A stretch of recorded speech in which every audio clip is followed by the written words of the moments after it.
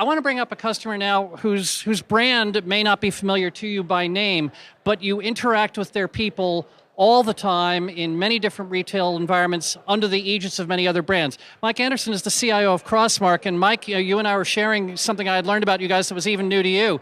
CrossMark is the proud winner of the Amber Penguin Award, which you get by winning a gold penguin 3 years in a row from the National Dairy Retail Foundation. They actually are ineligible to compete for this award next year because they won 3 times in a row, but they're planning to come roaring back and prove they can do it again.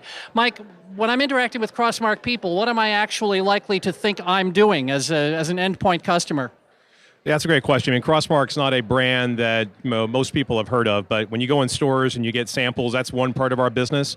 But CrossMark's business is really about creating connections. We're outsourcing the sales and marketing services for consumer goods and retailers.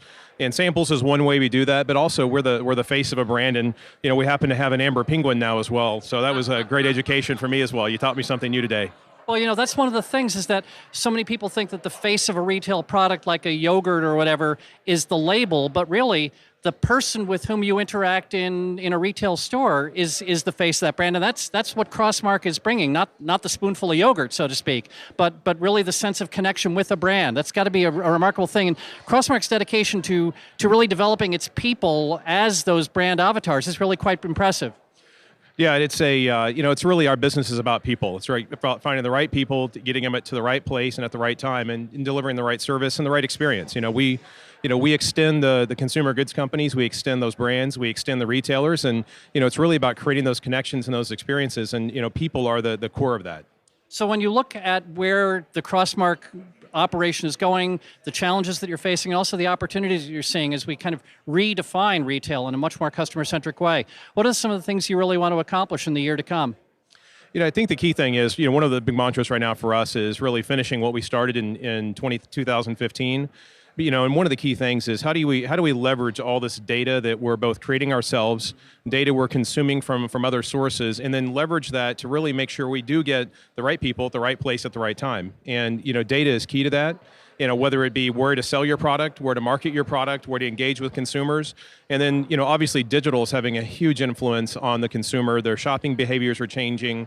The information they have at their fingertips is also more than it's ever been. And, we have to help our consumer goods companies and the retailers figure out how do they harness that in the best way possible across the services we provide.